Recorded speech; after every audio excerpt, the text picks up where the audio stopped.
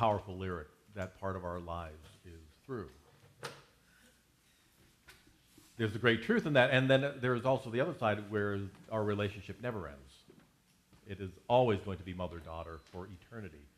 You may have reversed the roles in another lifetime, but that bond is always there together. The brilliant writer Margaret Mead wrote a piece that goes, "When a person is born, we celebrate. When they marry, we jubilate. But when they die, we act as if nothing has happened." That's very American. We don't do death well. We just don't. We try to avoid it. We put it under the rug. We go to the hospital. They whisk the body away quickly so you don't have to look at it. But one of the major life challenges we have is loss. That's part and parcel of being fully human and fully divine on this planet. And it doesn't matter how spiritual we think we are, how positive we live our lives, loss happens to all of us. One of the issues I've always had a difficult time dealing with when studying at Unity Village Seminary was the topic of grief. New Thought, quite frankly, does not do grief well. We just don't do it well. We do a lot of other things well, but grief, not so much. When I was preparing a paper for grief counseling in my last year of school, I went to the Unity archives to find what the Fillmores, what others had said about the grieving process. I could find almost nothing. There was nothing written about this process we call grief. The closest I could find was an old pamphlet from the early 60s, written by the director of Silent Unity Prayer Ministry by the name of Billy Freeman. She was James Dillett Freeman's wife. And this little pamphlet was entitled, "Dry Those Eyes." Oh. I felt I was being yelled at by a pamphlet. The bottom line for Billy in this writing of 3 pages was that grieving revealed the lack of awareness that God was present, and that a student of metaphysics happily accepts the eternality of the loved one's soul, and therefore grieving meant a weak faith. Well, excuse me. Really? I had and have a major disagreement with Billy Freeman, as lovely as she was. So I didn't know what to do with this, and as always, whenever I had a challenge with a Unity teaching that I wasn't really quite embracing, and there are a number of them actually, you'll find out through the time together that I do have arguments with Unity at times, I talked to my dearest friend in Unity, Rosemary Fillmore Ray. Rosemary was the granddaughter of Charles and Myrtle Fillmore. And we sat there and I told her, and I read the pamphlet to her. And over her glass of Chardonnay, she looked at me and her loving but wise way said, "Oh, that's horse duty." Except she didn't use duty. You can see why she was called Unity's black sheep. But she was right. It was duty. It was not the truth. The founders of New Thought were also coming out of a puritanical mindset that this country is sometimes still in the clutches of. Sex is another issue that Unity has a push-pull variance going on. I was teaching the 12 powers of humankind, and Charles Fillmore's words about sex were not all that positive. He said, "Don't do it." And somebody said to me, "Well, what's this all about?" I said, "He was 95 when he wrote it."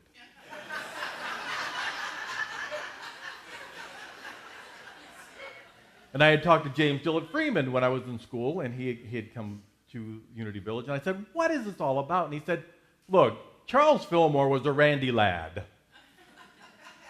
He said, "That's all I'm going to say." So he was working through his own issues. Just because you founded a new movement doesn't mean that you don't have issues. For Charles Fillmore, this was his issue. For Myrtle, it was judgment. She said, "I'm a judgmental person, and it's something I've been working with my whole life." So we all have something. We all have something that we came to the planet to work on. So getting back to grieving. Moving off to judgment and everything else. In the Gospels, Jesus was told by his friends Mary and Martha, that Lazarus, their brother and Jesus' best friend in the world, had died.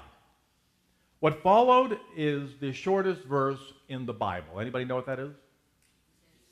Jesus wept. I guess he didn't read that pamphlet. He didn't know. Oh, sorry, Billy. The great teacher was hardly weak in his faith, was he? And yet he grieved. He bawled his eyes out over his friend dying. The guy who knew his oneness with God better than anybody on the planet, who knew about the eternality of life beyond this one, grieved. He was a mess. Why? Because his friend died.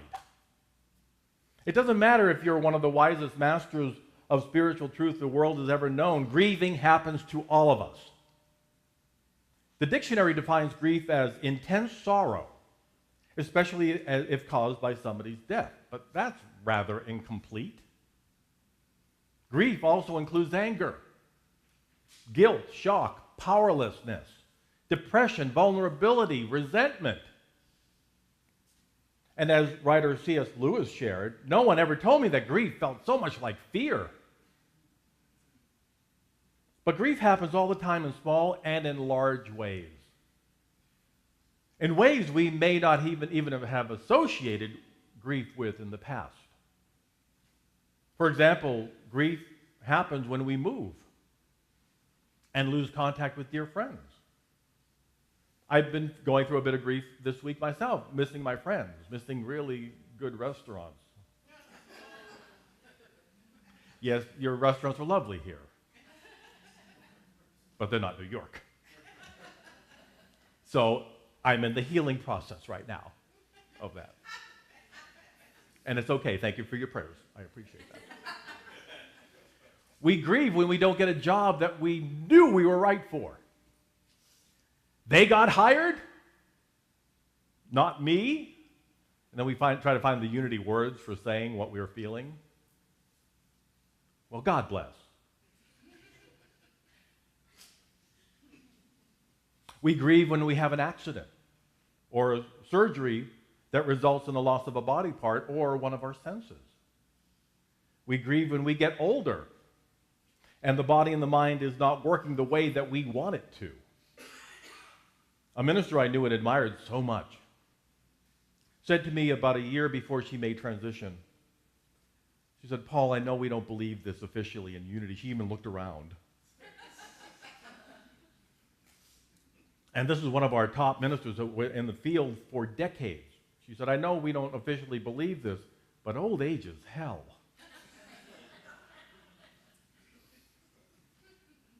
She had just lost her husband of 50 years. Of course she was going through hell. If you were very pretty or handsome, the aging process may result in others not looking at you the way that you used to be looked at. That can be very difficult. The man or woman you knew you were going to be with forever had different ideas. Or they made transition.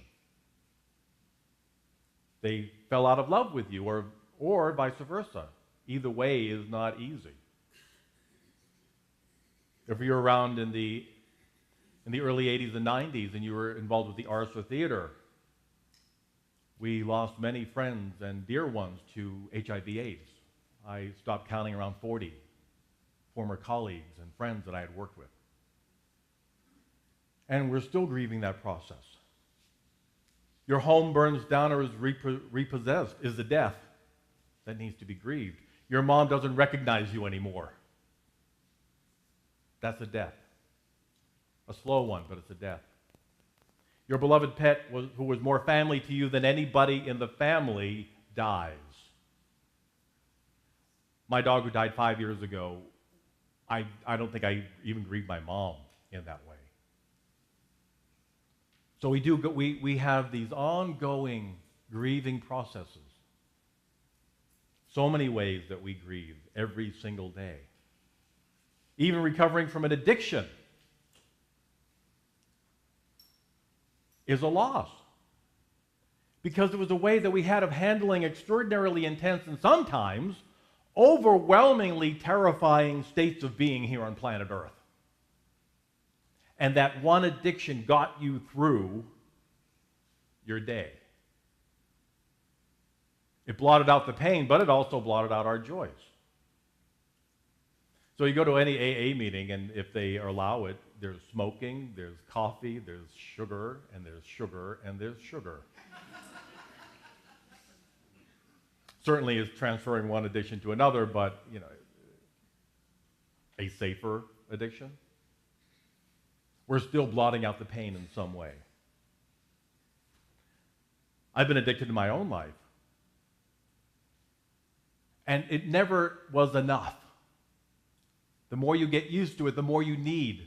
The more you have, the more you take.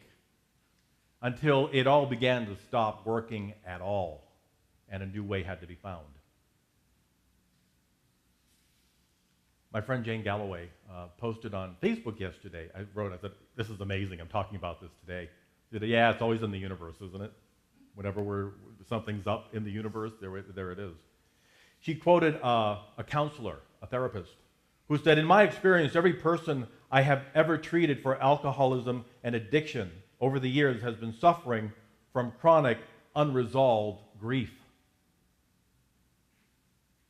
This is how we have dealt with it, and not in an effective way.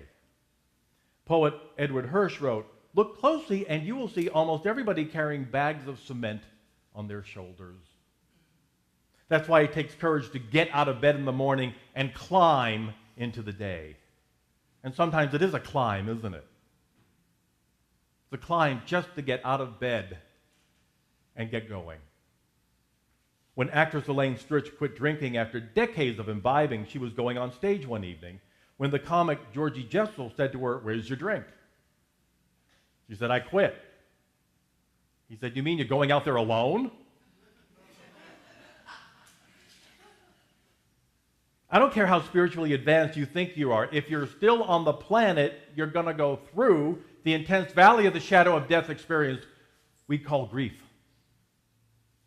It's unavoidable. And if you do avoid it, what we're doing is we're putting it aside, putting a lid on it, sitting on it, but eventually it's going to come up. And usually at the wrong time and in the wrong way. Being a student or practitioner of metaphysical truth doesn't mean that you'll avoid having these intense life experiences. What it means is that you have the tools to deal with it. We have the tools here in Unity to deal with what we're going through. And if we apply these wonderful tools and teachings to our lives, we find that they work. It's why we come here every week. It's why this center has been running for over 50 years. If it didn't work, we would not be here. So this stuff really does work, and you are here today by divine appointment because it's something we all need to remember. That there is hope and that there is help available. Grieving, spiritually understood, is a healing process, a natural outlet of healing that we have as a gift from the universe. Grief creates a protective divine energy so that you can process the loss in a way that allows you to continue being on the planet in health, creativity, joy, and in prosperity. It's a tool that we have to continue living, though it doesn't often feel that way. To have these gifts of spirit, often we have to grieve. We have to go through this process of really feeling horrible. To feel the pain that we're going through, to be able to release it and to deal with it in a way that is healthy and natural. What they mistakenly called a weakness or emotional failing is actually a spiritual gift. It's a spiritual power within each and every one of us for bringing wholeness into our mind, body, and souls. My own belief, after doing years and years of counseling and doing this work, is that depression is grief unresolved. If you're going through depression, this week I invite you to do some writing, do some journaling, do some meditating. Where in my life have I not grieved? What have I not release back to spirit? What am I trying to work with, or what am I trying to avoid in my own life? So the first thing we have to remember in doing this work as we move through this process of grief, and we are going to move through it no matter what you do or what you think you're doing, you are going through it. If you're putting a lid on it, you're still going through it. Is that we're going to go through the experience and that we do not get over loss. We do not get over loss. Do we understand that? We don't get over it. We live with it, and we make it part of the fabric of who we are. It's a part of your life forever. This loss, this scar. Henry Nouwen calls it being the wounded healer. That when we have been wounded, we are then able to move forward to help others in their healing process as well. So we incorporate this loss into the fabric of our lives, our bodies, our minds, and our souls. So never allow anyone to tell you that getting over losing someone is what we have to do. You don't get over it. We embrace it. We embrace the scars that we have from going through the valley of the shadow. It becomes a very part of our identity, and we are changed forever. I worked in the telephone prayer room at Silent Unity for a number of years before going through school and during the process. One evening, a young guy called with a list of prayers. I call it the divine laundry list. Sometimes they go on for a while. So at that point, you just write down, God's got this. So his work was tough. His girlfriend broke up with him. He wasn't feeling well. His dog died. Money was tight. He was always tired. Among other few things that I can't remember what he said. When he took a breath, what I said next wasn't me, it was spirit. Because we're not allowed to counsel. We're not allowed to have an opinion. We simply listen, and then we respond with the appropriate prayer. What came out of my mouth was not me talking. What came out was, it's okay to grieve our pets. I looked around to make sure the supervisor wasn't looking at me and listening to what I was saying. And there was a silence on the other end. I'm thinking, how do I know he hasn't? Where did that come from? I'm not supposed to say that, so I'm having an argument in my own mind about what just came out of my mouth. Well, all of a sudden, he starts wailing. I mean, bawling his eyes out, screaming and howling and wailing. I'm like, oh my gosh. He's apologizing all the way through. I said, don't apologize. I'm here for the night. Take your time. I'm not going anywhere. He finally catches his breath and he says, I'm sorry that just came out of me. My girlfriend told me it was stupid to grieve a pet. He says, thank you for allowing me to do that. I feel so much better now.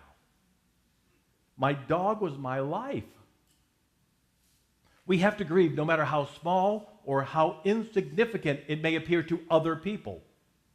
No matter what other people tell you about what you should or should not be feeling. This guy finally did. He finally grieved the loss of his best friend. And he felt an enormous weight lifted off his soul. I call grief a divine art. That's the title, The Divine Art of Grief. Here at Unity of Bellevue, we embrace the powers that we have within as a divine gift that we use to create the kind of life we want to have while we are on this planet. You're going to hear a lot about this from me. This is my main credo, that you and I, all of us, are divine artists. No matter what the art might be and whether you call it an art or not, it is an art. Singing, dancing, acting, baking, housekeeping, accounting, doing wonderful flowers and arrangements like Linda. Having the eye to pick the right color, having the eye to know what to do, being a doctor is an art. So whatever you do is an art. And you have that gift to bring to the planet and to prosper and to find a rich, wonderful life for yourself. So if you are not involved in creating your life, you are simply existing. What is your joy? What is yours to bring forth to the planet that will give you joy and to bring that joy to others? Most of us know, some of us don't. Your job is to find out what that is, why you came to the planet, and what you have to offer. And it can be kind of scary to give way to this gift. Because when you're really in the flow of it, it isn't you doing it, it's spirit within doing the work through you. So as we're giving way to the gift of grief and letting it heal us, we know that we're letting go, and letting go is one of the scariest things we can do on planet Earth. Because the ego doesn't want to do it. If we do, we're afraid of what it might do to us. And if I keep it all bottled up, it can't hurt me. Wrong. It is hurting us because we're keeping it bottled up. It's creating addictions. It's creating the depressions, health issues, money issues, and not allowing love to flow from us and into our lives. Tim Gunn from Project Runway says he'll never open his heart to anyone ever again because he was dumped years ago, and he can't go through that again. If that's you as well, I invite you to remember that we came to the planet knowing that was going to happen. Maybe a couple of times, maybe 25 or 100 times. During my weddings, I quote from a poet who says something to the effect of, all those other people before you came into my life were just practice. Think about it. And then when you find the right person, you're ready. You're ready for that. But we had to go through a learning process of auditioning a lot of people sometimes. And a lot of times they just are not the right and perfect one. Letting go and letting God means that your heart is open to living again. Even after it seems that death or divorce or deceit ruined any chance you could ever have of being joyful. I would love for Tim Gunn to come to Unity, to hear the truth. You are divine love itself. And as you open it up to love, we may be hurt, but we will not be destroyed. Trust the divine love and wisdom within you to reveal all that you need to know about your next step in life, and then it will happen. Let go of the incorrect idea that you'll never find love again, that you'll never feel joy again, that nobody will ever hire you again, that you'll never be healthy again. Allow the powerful and protective energy of God's love to take care of you, to work through you, and to reveal what to do next in your life. Begin by being good to yourself. How good are you being to yourself today? Sometimes we just need to pamper ourselves as we're going through grief. If you're really grieving, go get a massage. Get Reiki treatment. Go to a therapist. Talk to someone. You're not alone in this. Communicate with a trusted friend that you know is not going to judge you. I'll never forget that a wonderful, wise minister once told us that sometimes the work of a minister is just to sit and have a cup of coffee and cry with someone. Just being heard is healing. And that's what we're here to do. I invite you, as I said earlier, get a journal and write about your journey of grief. Turn to the power of peace and joy, even especially when you don't feel it. And let it do the healing work through you. Don't try to make it happen, simply let it happen. Now, when Jesus stopped crying, he turned within and he thanked God for the power necessary to do the work that he was there to do. And he yelled loudly, "Lazarus, come out!" Spiritually, this means we need to affirm loudly that life is still happening, even if it seems dead. Sometimes we just need to raise that energy up and yell to the universe, "This is the way I am. I am a powerful, perfect, wonderful child of God, and my life is good, no matter what it looks like at the moment." Your love is alive right now. Even if those you love are on the other side. They didn't die. They simply raised their vibration to a rate that we cannot see them. We can feel them. We know they're there. We will never lose a relationship, no matter what Carly said. You are always going to be a part of that person's life, and they will be a part of you forever. So we need to feel what we're feeling. We need to honor the grieving that we're going through and know one day that your joy will return. My dear friend Carlos lost his partner. He said for 3 years, he couldn't talk to anybody. Just once in a while, I would call and say, I love you, I'm thinking about you, I'm praying with you. And he said, he woke up one day 3 years later, and he said, my joy's back. That's how long it takes. He said, before that, I was always irritated with people who grieved for longer than 9 months. He said, boy, did I learn. Grieving is going to take as long as it takes. Now, if you're going 10 years, 20 years, 30, there's some work that needs to be done. There's something that needs to be released, either some guilt or some anger or something involved in there. But grieving will take, it's a natural process, so don't judge yourself time-wise, and don't allow other people to judge you for how long you're going through it, unless it's getting in the way of your life after many, many years. Don't rush it, but be present with the feeling, with the healing process. Take a breath. Let go. Breathe into your heart. Wherever you are with what you're feeling, you're okay. It's part of what we're here to do. But you've got friends and family here at Unity. Even if you're here for the first time, we consider you family if that's what you consider us. So know that what you're going through is normal, is natural, and it's okay.